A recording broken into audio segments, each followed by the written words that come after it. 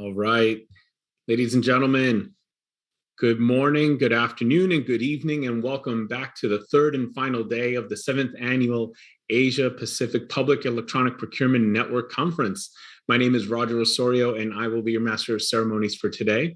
I'm an executive coach, speaker, author, and Ivy League instructor. I am based in New York City and have previously supported events for the World Bank, the Inter-American Development Bank, and the Asian Development Bank. All of us here at the ADB are excited to be here with you virtually, of course, with all of you tuning in from over 20 different time zones. For those of us who are joining us for the first time in this 3-day event, we'd love to share with you just a few suggestions and guidelines to ensure that we deliver maximum value for you and return for your time invested. First, this is the third and final day of a 3-day event. Today, we are going to be hosting 3 sessions for you, plus a closing keynote. All times listed on the agenda are in Manila time. We ask that everyone please change their Zoom names to their first and last name, followed by their company or affiliation. This is the way our speakers and moderators know how to address you properly when you submit questions or comments. Also, during our presentations, we will be putting everybody's audio on mute in order, of course, to avoid distraction and feedback to our presenters. But fear not, you will have the opportunity to interact with our speakers and moderators by clicking on the Q&A button that you'll find at the bottom of your screen. This way, as you come up with questions, all you need to do is submit them through the Q&A section.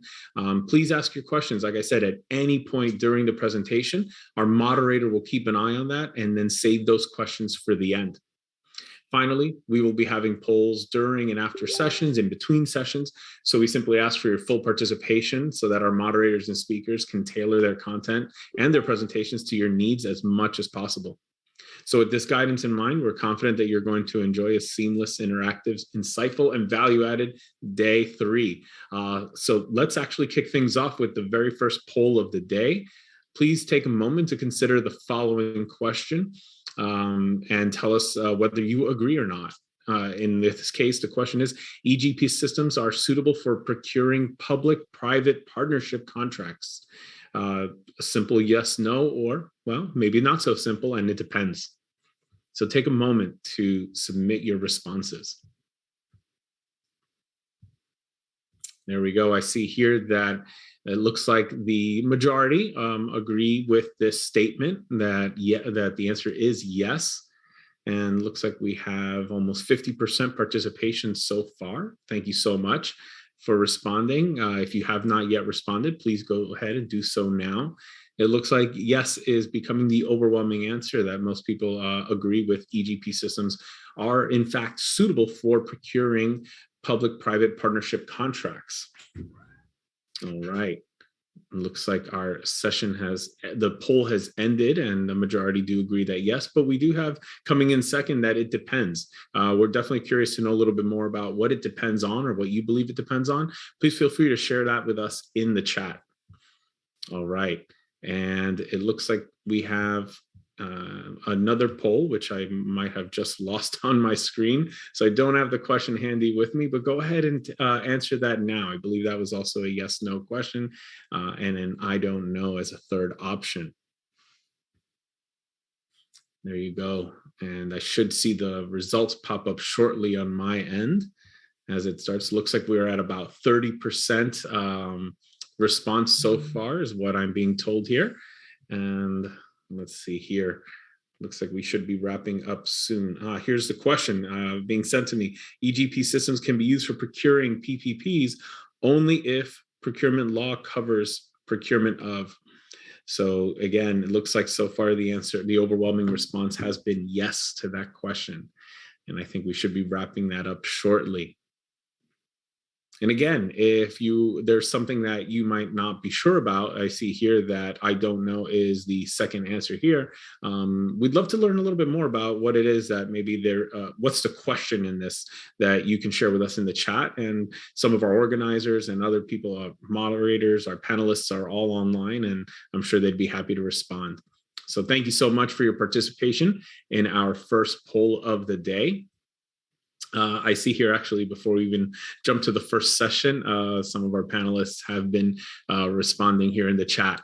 Okay, so it is now my great pleasure To introduce our very first session of the day. In this session, we are honored to have one of our esteemed organizers, Galia Ismakova, leading an insightful conversation about alternative uses of EGP. As your questions do come up, like I said, please do share them using the Q&A button that you'll find below in the bottom part of the Zoom application. So without further ado, Galia joined the ADB in 1999 and has served in various roles with increasing responsibility, including serving as a unit head for procurement operations, both in the Pacific, covering 14 Pacific DMCs, and in Southeast Asia, covering 10 DMCs. In addition, she recently served as head of the consulting services unit. She is currently providing procurement support to the Central and West Asia Department of Urban and Water Division. Galia has driven e-government procurement agenda, leading various ADB initiatives, including technical assistance to the Republic of the Philippines to strengthen Philippine government electronic procurement system, supervision of case studies on development of EGP in the People's Republic of China, India, Armenia, and the Philippines, supervising a group of experts producing the ADB e-government procurement handbook, and the processing, implementation, and administration of 2 regional technical assistance projects where she set up and strengthened the Asia Pacific Public Electronic Procurement Network. Joining Galia in this discussion will be Eliza Niewiadomska, who is Senior Counsel for the Legal Transition Program of the European Bank for Reconstruction and Development in London. Eliza is responsible for regulatory advice on digital transformation of government commerce and leads technical cooperation activities under the EBRD UNCITRAL Public Procurement Reform Initiative and the EBRD GPA Technical Cooperation Facility. A lawyer and economist, Eliza worked for the Polish government during regulatory reforms, preparing Poland's accession to the European Union, and upon leaving civil service, served as general counsel in the IT industry. Prior to joining the EBRD in 2009, Eliza was head of procurement at power and energy company PGE, Polska Grupa Energetnicza SA in Warsaw, Poland. Galia, now over to you so you can kick off this discussion. Thank you very much, Roger, and welcome to Eliza, with whom we met first time, I think, in 2011, and continue staying in touch on all issues relating to e-procurement. So last year, we have actually talked with Eliza and with EBRD colleagues about challenges of retooling procurement systems, e-procurement systems that are generally used for just normal government procurement, for procurement of PPPs, and especially for procurement of concessions. So, and I understand that Eliza have been involved very substantially in moving this topic from an exploratory kind of theoretical research towards making it a reality, or helping a specific government to make it a reality. So without further ado, I will pass it over to Eliza for her presentation. I am very much looking forward to it. Good morning, Galia. I hope this audio does work and video does work, and that I will be able to screen the slides for once. Let's try to do that. Okay. It works. Wow, miracle. Thank you. Galia, indeed, we have spent essentially last year on researching, investigating, and prototyping the policy and digital solution for Ukraine.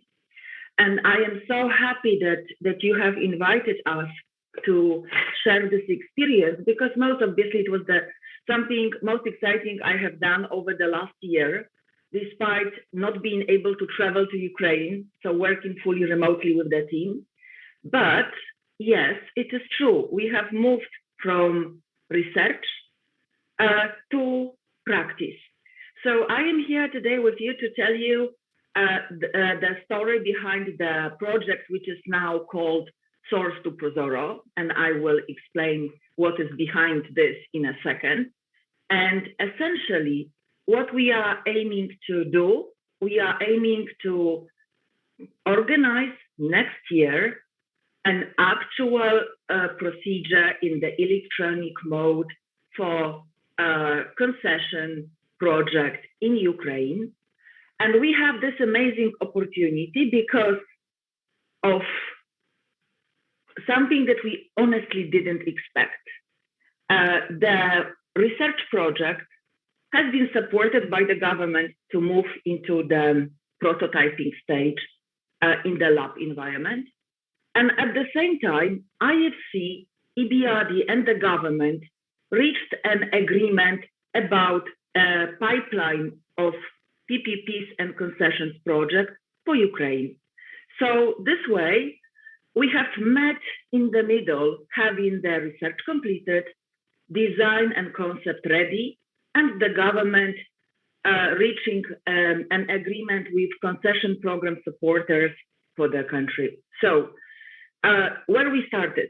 Last year, when we were looking at the challenges, they were essentially around the points I have put for you on the slide.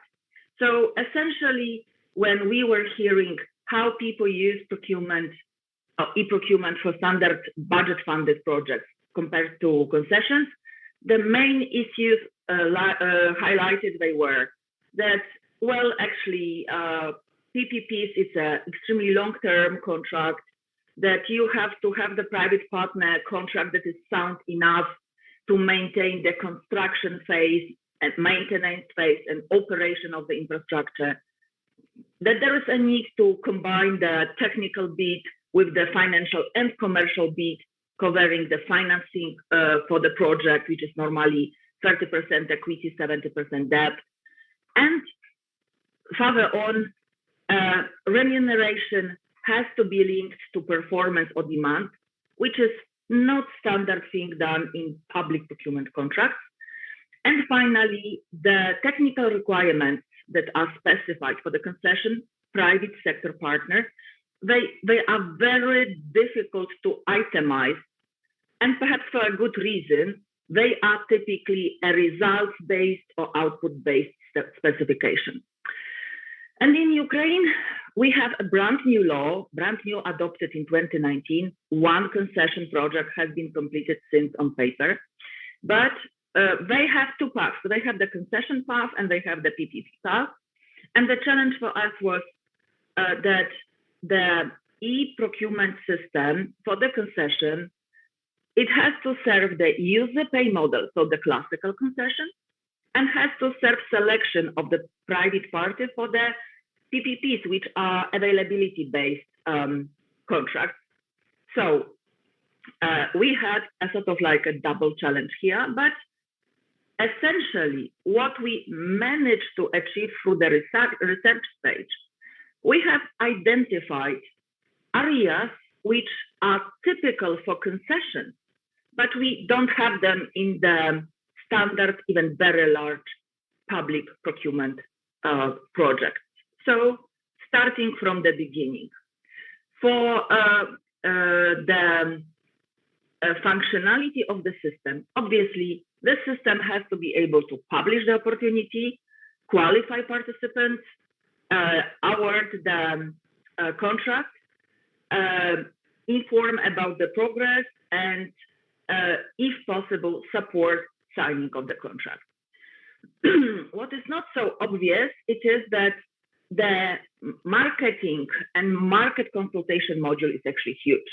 So I'm going to disappoint you. We have spent more time on investigating how to do market consultation, how to do the marketing internationally, how to share data, which is confidential at this point of the project, with potential financial investors through the confidential data room, and how to create a long list in the pre-qualification than honestly on anything else. So information sharing about future investment for financial parties, market consultation module to test the interest of the investors in the project, and pre-qualification of the long list. They have been the most important things for the concession tender challenge.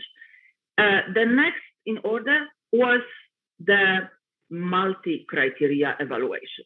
Here we had a cheat list because this one project that has been completed in Ukraine, it has been very well prepared.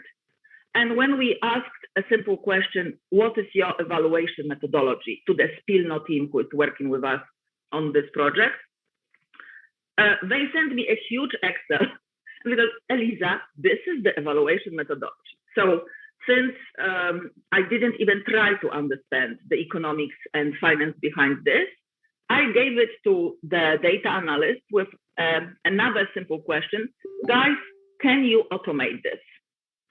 And after 2 weeks, the answer came, no props, all clear. And I was shocked, okay?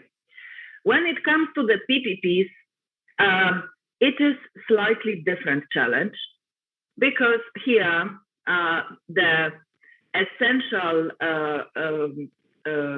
information, in addition to these present for concessions, they are around actual tender. Because under Ukrainian law, in the PPP selection, bid bond or bid guarantee verification is very huge.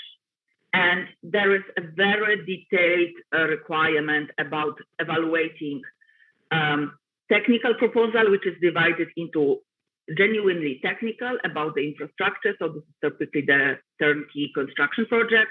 Then we have financial offer, and then we have commercial offer of the financer linked together.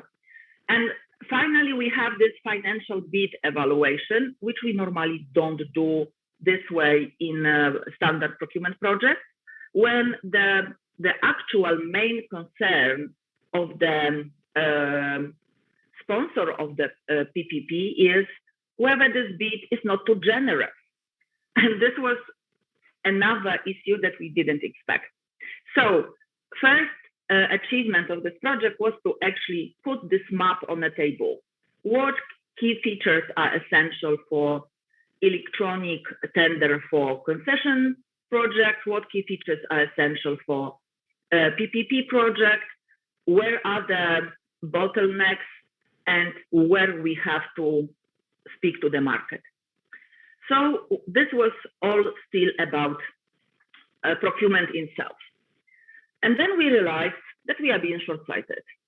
And because we have focused on the e-procurement module. And the reason for that is that when we prepared finally this map of functionalities, the process for tenders, Spilno came to us saying, look, you know, this project preparation for concession takes almost 2 years. We have a massive amount of information collected through the source, which is an international setup platform for PPPs and concession project preparation, appraisal, and definition. Can you guys think about how to take this data from source and then put it in the tender? And we made a step back and we realized that, yes, this is what we have to do, because requesting the sponsor of the concession to work first with source, to define the project, to produce the appraisal and get it ready for tendering. And then switch to the second platform just for the tender and move all this data manually, and all these people who work on each aspect manually as experts for the evaluation of the technical bid is just not a good idea. So we had to add a point of thinking of how to integrate source with the new e-procurement solution for selecting the concession, and how to make sure that what has been envisaged to be supported by source, so project preparation and afterwards contract management for the Ukrainian government, can be integrated into the full cycle. And the next challenge that we faced was essentially a very simple question. Okay, Ukraine has an advanced e-procurement system, Prozoro. It's on the market for 5 years. It's been very successful. They have several features out of the requirements for the concession project, but concession project can be more similar to the standard procurement, or it can be more similar to the sale of the public assets. And Ukraine happens to have Prozoro sale, so another system which is handling the sale of the state assets, property, real estate, and everything else up to the small privatization. And what we realized that the easiest solution essentially is to have concession tenders on Prozoro and PPP tender on sale.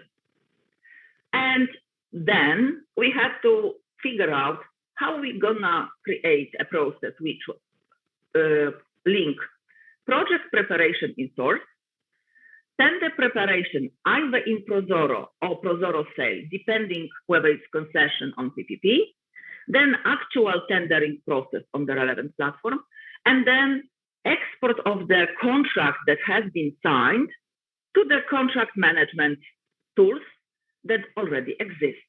So on the left side, you have what source is providing, project preparation, contract management.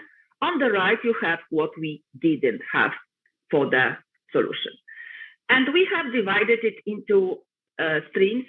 And I have put here the timing, just to give you the idea how important this contract registration and performance management is for concessions, because this is the part of the system where the government works with for potentially up to 20 years. So project planning and all the work related to the definition of the project is handled by source. Then we have tender preparation and tendering, depending whether we have one stage or two stage procedure in Prozoro and Prozoro sale. And then we are back to source, who is supporting the contract execution and reporting. And just not to bore you with source, because I know that there is another presentation in the next session that will explain you more about this. It is a joint MDB's initiative to help the government streamline, organize, and better manage the project definition for PPPs. And the work that we are doing in Ukraine has been to the large extent possible because Ukraine has already had an agreement with source in place. So our role was just to figure out how to link it into end-to-end digital process for the project. So we have done the stock taking. We went to Prozoro system, we went to Prozoro sales system, and we had to see what they have and what they don't have already in the EGP workflows. And we have realized that Prozoro procurement here essentially may use a restricted tender. So this is selective bidding according to the GPA and ancestral model for the sake of tender for the private party in the concession. They have already implemented ESPD, European Single Procurement Document, in the system just the year before. So we can use this for collecting information about qualification. And then essentially they have all the basic e-procurement features. What we had to reconsider how we gonna build this new online automated evaluation module, because the existing module was just too small.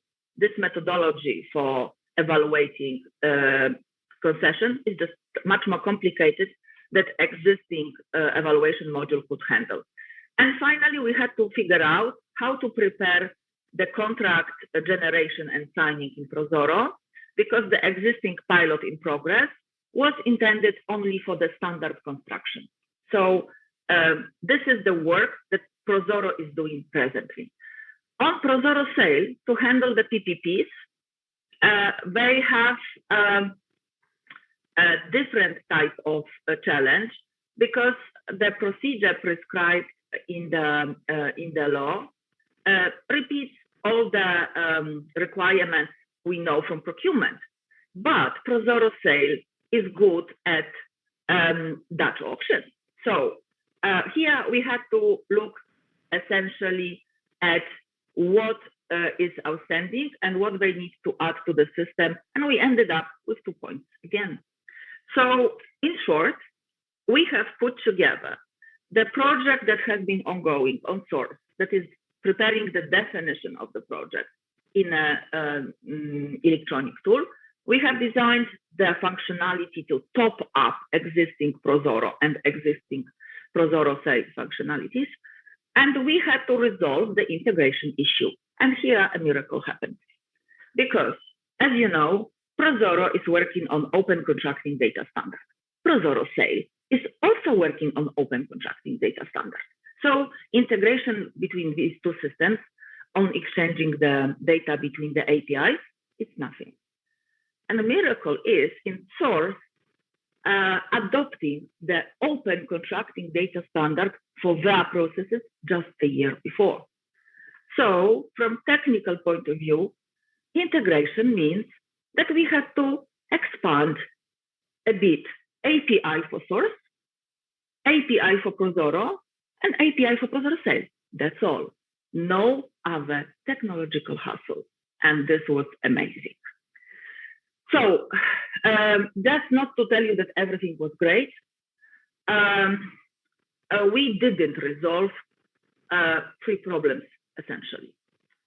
In concession projects, despite contract terms being negotiated in the market consultation stage very heavily, after awarding the bid to the winning bidder, the negotiation of the contract to finalize financing offer, to agree all the specific deadlines and all the specific requirements for each milestone, they may take up to a year. In the very best case, it is a minimum of 3 months to put together the verification of the financing, the confirmation of the terms, the updated schedule, because if the process is taking longer, schedule has to be updated, and finally the signing of the contract. So what we have the facility, which is basically a contract engine already in ProZorro that can generate the contract. But this contract is very different. So what is not resolved, it is how to accommodate these demands of the negotiating stage, and this is going to stay offline, and how to accommodate the demand of more complex contracts, and this has been taken on board, and the contract is going to be electronic. So how to sign it, it has been resolved. How to prepare it for signing, offline. The second challenge that we didn't resolve, it is the e-signature. So we here have the issue that if someone would like to bid in Ukraine directly from abroad, they will have a problem with registration of a signature in the national system unless it's compliant. But no trust services provider has been certified in Ukraine as yet. And we know that it will not happen before the pilot planned for 22. So we have agreed on a 2-step process. Documents, they will be submitted electronically, and the data will be submitted electronically without e-signature for the qualification stage. And it will be subject to manual data verification by the evaluation panel. But for the actual bidding, for the technical part, ProZorro is inventing a new authentication mechanism for pre-qualified participants, because we will have limited number of pre-qualified participants. It will be possible to address it on individual basis. And the last challenge that is not resolved, it is two attractive proposals. Normally, we worry that proposals are not attractive enough, or we have dumping prices for goods. But here, the problem is around the technical facility. So we don't know how to handle it yet. And there is no tool to support it, fully manual, fully offline, and essentially a challenge for the government. And this is what we have learned since we asked ourselves a question last year, can we do concession procurement electronic? Thank you. Thank you very much, Eliza. It is obviously fascinating that in 1 year, so much have been achieved, you know, and so many challenges have been resolved. I would guess that having only 3 challenges that are still remaining is actually a fantastic result. So now I will be checking how well we actually inform the audience. We have 74 attendees today about use of concession in procurement. So I will ask the technical team to run the poll. So the question is, I understood modifications needed in the design of electronic tenders for PPP, yes, no, or more information is needed. So Eliza, I can tell you, you are a great communicator. So far, no one says that they didn't understand anything at all. So a majority is saying that so far, we have majority, 69% saying that they understood modifications needed. And the rest are actually talking about more information required for them to make a decision about whether they understood or not. Okay, we still have got 3% of audience not understanding modifications. And right, so 52% of participants now have responded to our question, with 61% of respondents understanding, and 36 asking for more information. Okay. Right, so we are looking. Okay. Can you see the results? Yes. Yes. To be honest, Galia, we were thinking that more modification will be needed, okay, in practice. However, understanding that ProZorro has been pretty advanced and has undertaken a major extension to accommodate a very sophisticated qualification methodology online, we ended up with focusing solely on PPPs and concession-specific topics. So I am really looking forward to the new market consultation module for ProZorro. I am really looking forward to the data rooms, which are now prepared as confidential and open data rooms. And I am looking very much to see the new automated evaluation engine that ProZorro is implementing for the methodology, because methodology is complex, and we have to admit that. But I understand that computers are essentially much better with calculating various scores than people. So I have a trust in ProZorro guys that this will happen. Fantastic, fantastic, Eliza. Can you please describe the role that EBRD played supporting Ukraine in retooling its ProZorro system for concession procurement? Why EBRD got involved in the first place? Oh, well, that's a good question, you know, because essentially, as you know, we are working on concessions as an institution supporting the private parties in the concessions since always. So we have a huge business interest in the concessions. However, until recently, there was no expectation that this process will go electronic. And this expectation, I'm sorry to say, happened because of COVID. People realized that no matter how complex transaction is, we have to do it the way that international investors can communicate with the project preparation team. And interested bidders can work with the qualification, proposals, and evaluation online. And the real truth for the concession is that this is genuine cross-border exercise, because majority of the concessions, they are awarded to large consortia combining international and local investors. And this is the fact of life for PPPs. So we have to accept that. So EBRD has the business stake, obviously. We are the investor in PPPs. And on the ProZorro side, I don't want to say that we wanted to support the challenge, but we believed that ProZorro has enough capacity to make it. And this turned to be true.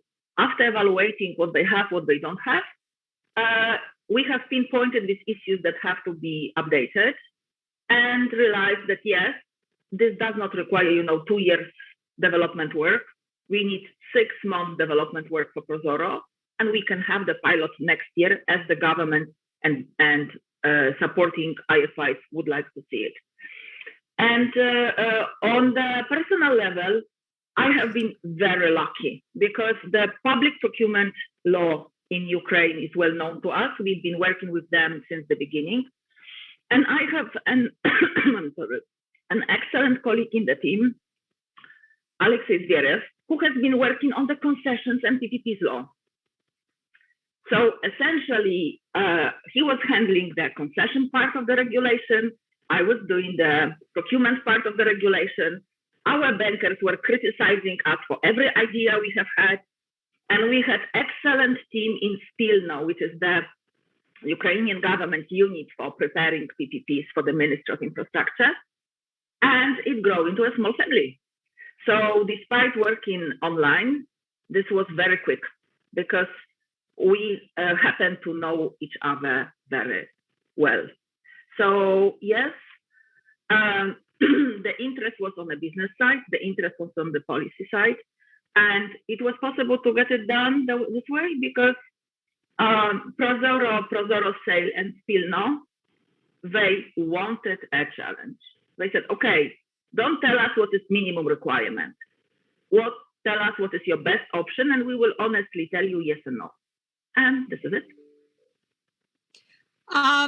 It's fascinating how enthusiasm and dedication actually works for this cross-border teams, and how all the stars get aligned, and COVID provided a silver lining to a cloud. So practically all the things were there to make it happen within practically a year since the last conference. Can you clarify the term all types of evaluations that was used in your PowerPoint presentation? Would this be covering also merit point based evaluations, or what exactly is envisaged in? I understand it's in quarter 4 2022 that you expect all types of evaluations for PPPs and concessions to be there.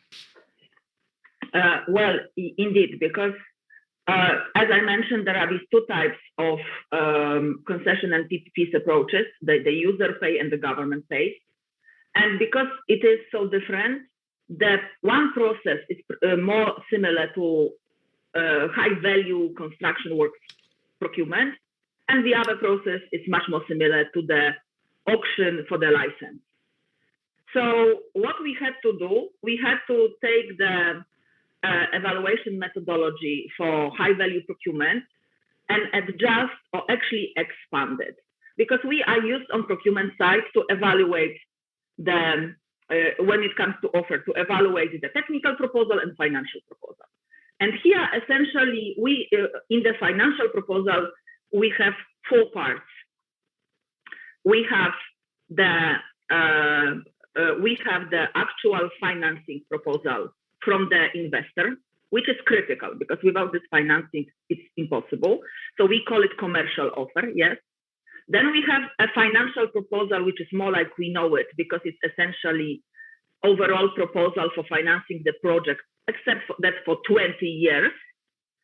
And then we have a bid bond evaluation, which is critical because it's being used to verify the actual financial standing of the participating consortium. And then we have contract performance guarantee, which is again a joint part of between the financing and the technical teams on the consortium. So you have to change the evaluation methodology to accommodate all 4. And this is a challenge.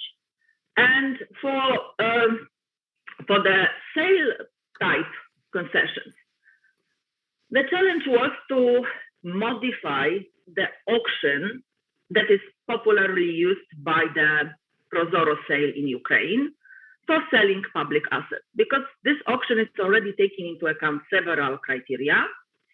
And this auction had to be, again, adjusted to the economics of the government pay PPP.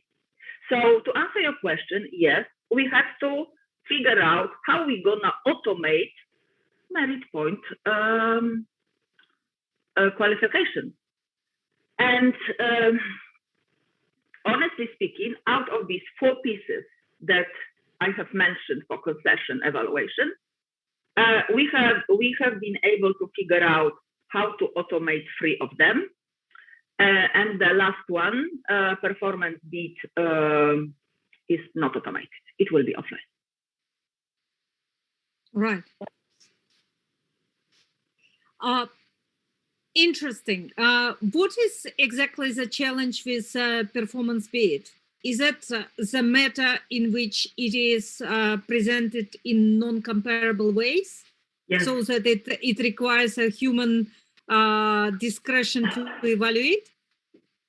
The way that in standard procurement, we are able to prescribe in a very detailed manner qualification requirements for the participant and evaluation requirements for the offer if we have itemized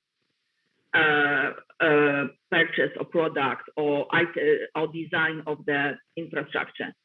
With the concession, this is at the moment unmanageable because we would need to predict what type of consortium, what type of investor, what type of bonds will be used individually by each consortium member. So essentially too complex to handle without a proper AI solution in place, which we don't have. Right. We know that financial institutions, they already do it. But we have just heard it from the biggest in the market, and this is not something that we can easily transpose to the government implementation. Reality. It's a fascinating stuff. So I guess if there are people in the audience who are actually dealing with procurement of PPPs, they would be excited to know about these opportunities. I have some other questions. Can the challenge of electronic signatures for non-residents of Ukraine be resolved through setting up a subsidiary? Or do you think it's still a subsidiary would not solve it? Well, subsidiary will of course solve it, but this is not the approach that bank is promoting for cross-border procurement.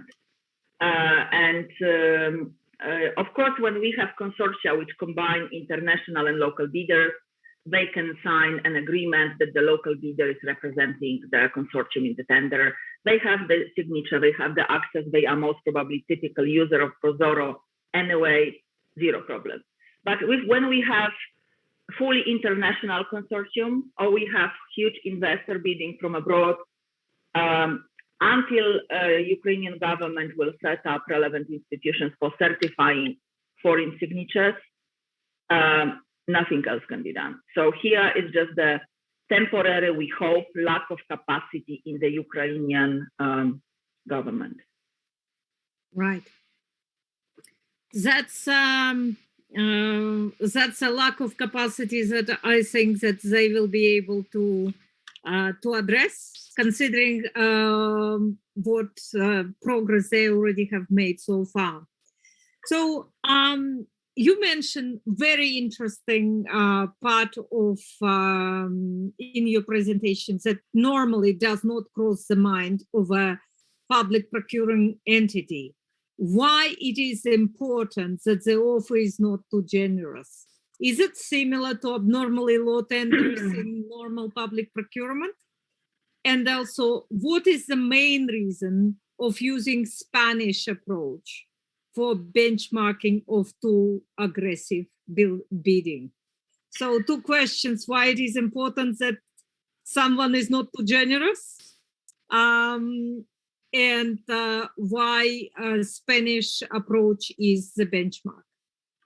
Well, the second question is much simpler. The Spanish approach has been insisted upon by our banking team because this is what they use in their practice.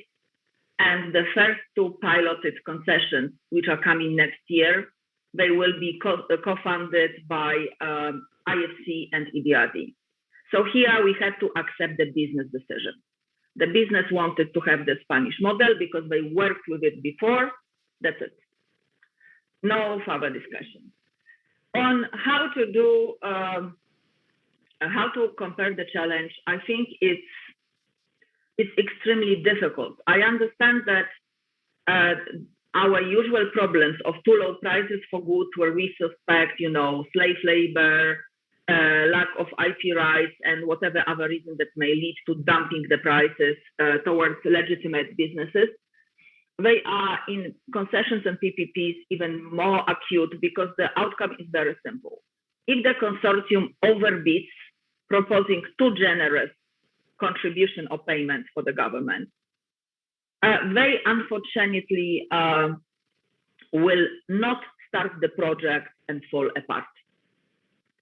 And this is what has been a feature of this market. So this is a market risk, that we have successful project, successful tender, amazing offer, and nothing happens. It never gets, the project never gets started. And under the previous legislative framework in Ukraine, this happened quite a while because politics is changing so dramatically. So international investors, if they see that this is too risky project, they simply withdraw, no matter performance bid, no matter guarantees they have submitted, they just don't start the project. And as a result, a key piece of infrastructure is not going to be delivered. And when you have to rebid this concession, this is again taking time. So we need to understand that preparing a concession proposal, preparing the bid takes enormous amount of money. So Ukraine is luckily a very large country with very attractive market today, in spite of political challenges. But if you have an overbid on a small market, you are very unlikely to find a next partner who would like to finance the concession. So it is yes and no situation. If the tender allows the too generous bid to be selected, there is a very high risk that it will not be implemented. And we don't have procedural methodology to deal with it as yet, because the only answer to this challenge would be to permit the government to negotiate with this bidder, provided that this is still within the value of the best submitted bid in the competition, to make adjustments. But this is linked to such a high corruption risk that no one would try to do it. So we have seen a lot of issues around this previously in Ukraine. There are a lot of issues in the bank practice in other countries of operations. And there is no way so far to prevent this happen except for very stringent pre-qualification requirements to make sure that you have solely responsible bids in the financial stage, that you trust your partner on the private side to be realistic and not to jeopardize the project itself.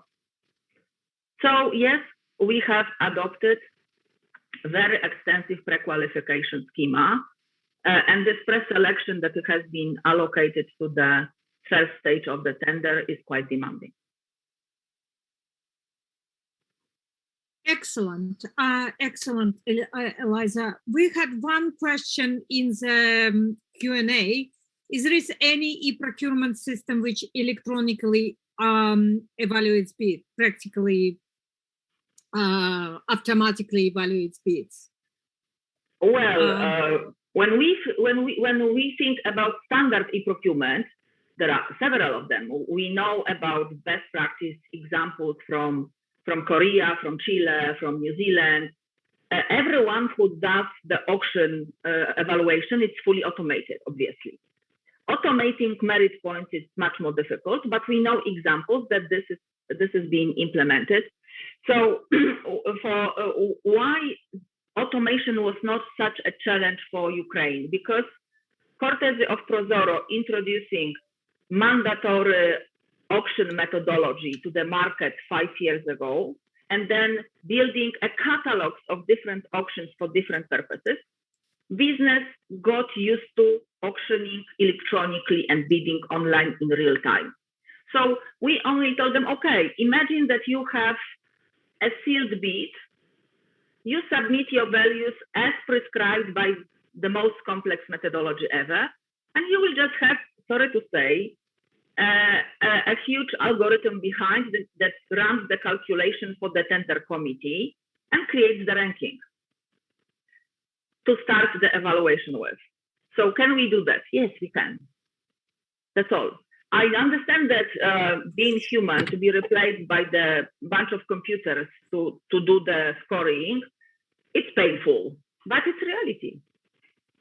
Okay, I guess it's not painful to write a scenario for computers to follow, and the job of procurement specialist is about actually figuring out the way of the most appropriate evaluation methodology, because exactly, and this is what I would like to mention, because it is a cheat sheet in this project. We got the methodology from the previous project, which was also a harbor. Okay, so this methodology took perhaps 6 months to design. Then it was tested in actual concession project in the tender for the previous concession, fine-tuned by the bunch of specialists, and then given to us. So we can take zero credit for this because we had the well-developed methodology for the project that has been successful. So they have tested it positively on the previous case. And because the projects that we have are both of the same time, because it's a port project, so 2 harbors essentially in Ukraine, we can trust this methodology to be valid. When we will have next pilot, we will get another huge methodology to implement.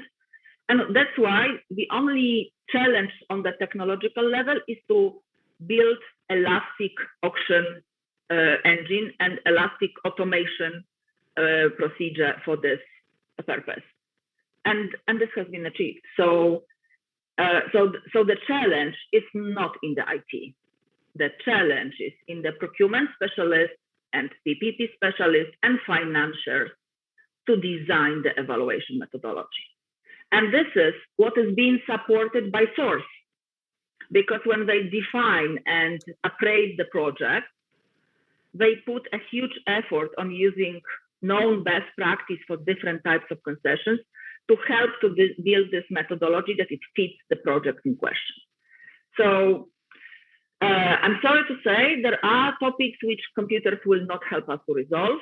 And this is the economic knowledge, the business case for the project, and the preparatory work that humans have to invest the brains in and make it work. Eliza, I think we shouldn't be sorry that machines would not be displacing us in everything anytime soon. We should be grateful that, discretion and use of experience and practically brains are a good thing to have. Yeah. So I received another question. What advice would you give to some countries who would like to start something like this? Well, what advice? Obviously, if they are not EBRD client, if they are EBRD client, I guess they should come to you. Well, not entirely. They can come to you because, as far as I know, you are also working with Source. And this is the good thing about Source Platform and Sustainable Infrastructure Foundation that is actually supported by every ADB I know that is operational. So the work that Source does is available to any country in the world, essentially. And this experiment that we are doing with Ukraine, I hope that it will be a way to turn it into standard practice easily, because the biggest part is the trust that it does work. I'm sorry, this is totally down to the trust in the government that you can do the pre-qualification this way, that you can do evaluation this way. And we shouldn't be afraid of having the cases like we had in the evaluation, that we have to divide this part fully automated, this part supported offline manually. You just have to have a means to combine them into final scoring for the tender. And I think that this is a way forward, that what we can automate, we automate because it makes our lives easier. And what is too complex to automate, because it does require the brains to spend time on it, and it does require a bunch of technical experts to evaluate the technical tender, we do it the best we can and use the tools to tell us, okay, your final score is. So for the countries who are interested, I hope that this time next year, we will have actual demonstration case for you to have. So how it works in practice. They will be able to touch and press the button. And what I am thinking about learning from this experience here, when we first got this huge methodology, and the IT guy said, okay, the automation has been prepared for it, here you are. And I was like, okay, can you please produce a demo of this? If I have this type of evaluation methodology, how it's gonna work for the evaluation committee? So show us what evaluation committee will be doing, and show us how it will work for supplier. And they build it. It's ugly at the moment, honestly. It's really totally not pretty and not user-friendly. But I hope that by March, we will have it nice, and we will give it to interested parties to play.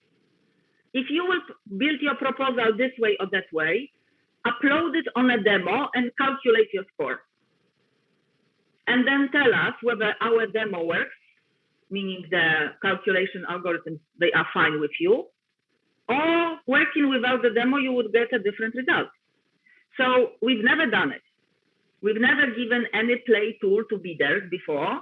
So please cross fingers for that, because it wouldn't be nice to find out 3 months before the tender that actually we have to do more manually, but I hope not. I guess you can do user acceptance testing using a previous manual scenario by putting this into the process. I think we're running out. But life is, Yes, I think we're running out of time. I can talk and talk and talk about this, but overall, it is, at least for me, it's a fascinating stuff. And I think I will get in touch with you, and maybe we should together put a case study and publish it so that people will understand what is the process, what are the challenges, and what are the learning points. So, and I think obviously, sorry to interrupt, obviously, Open Contracting Data Standard has been practically a cornerstone of fast integration. Yes. Over to you, Eliza. Well, honestly, Galia, this project was all learning, okay? Because the research told us that you have scenario A, scenario B, scenario C, and that actually different governments do different pieces of electronic processes in background session, but no one has something that they would like to showcase exactly. So yes, we have done the cherry picking, who does what nicest, and put it together and gave it to Prozoro guys and asked them, can you do it? And they said, yes, we can. Amazing. So in terms of learning together, I think that this is the best we can do. And for this specific project, I think that we have learned just one essential thing, that you have to trust in modularity of your e-procurement system. Because when we looked at these cornerstone requirements, if Prozoro has not been designed as a modular solution, and if Prozoro and Prozoro Sale didn't have OCDS behind, it will not be possible. Or it would cost enormous money to do it. How much did it cost? If you will look at the total cost for source to adjust, for Prozoro procurement to adjust, and for Prozoro Sale to adjust, it is 472,000 euros. I think fantastic result. And if we didn't have source, and if we didn't have Prozoro, and if we didn't have Prozoro Sale, this would be around 3 million. So, you know, very simple calculation. And we have done it because the government asked us, okay, you are proposing essentially linking three systems, one international and two local. So why you propose that instead of building a dedicated system for this purpose? And the answer was, well, because it's not only building the system and developing software, but it's also the cost of operations of the system that has to be provided annually. And if you already have Prozoro and Prozoro Sale in place, for them, it's just one more procedure to support. They have the capacity, they have the cloud, they have everything. That's all. Excellent. Thank you very much, Eliza. And we ran out of time, I think. Thank you so much. Yes, we're having Roger here. This is my virtual way of joining you both on stage. So thank you so much.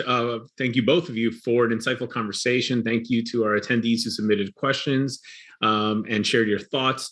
Also, let's take a moment very quickly to, I'm going to remove myself from the stage, the virtual stage, so that we can take a quick picture of the two of you. There we go. I am gone now. So go ahead and smile for the camera. There we go. Awesome. Thank you so much. And so this concludes. Thank you. Thank you very much, Eliza. And until next time, hopefully not in the long future. Mm-hmm. Cross fingers for the pilot. I promise to get back to you when done. Fantastic. All right. Take care, Eliza. Thank you both so much. So this concludes our first session of the day. We will now take a very short break ahead of our next session, which will be Gender Inclusive Public Procurement and EGP. We will leave you with a question that we'd love for you to respond to in the chat. One key idea that you've taken away from the event and that you can put into action in the next couple of weeks, we'll have a screen flashing so you can see the question, and then we will have a short video from one of our partners. Do take this time to respond to any emails, perhaps, or messages so that we can have your full attention for the very next session, which will start shortly. It looks like in about 6 to 7 minutes. And we will, of course, have a countdown timer so that we can let you know when we'll be ready. So do keep the Zoom channel open so that you can see the time that does remain and enjoy the videos from our partners, and do engage in that chat. Help us understand what are 1 or 2 key ideas that you're going to take away from this event so far. Thank you.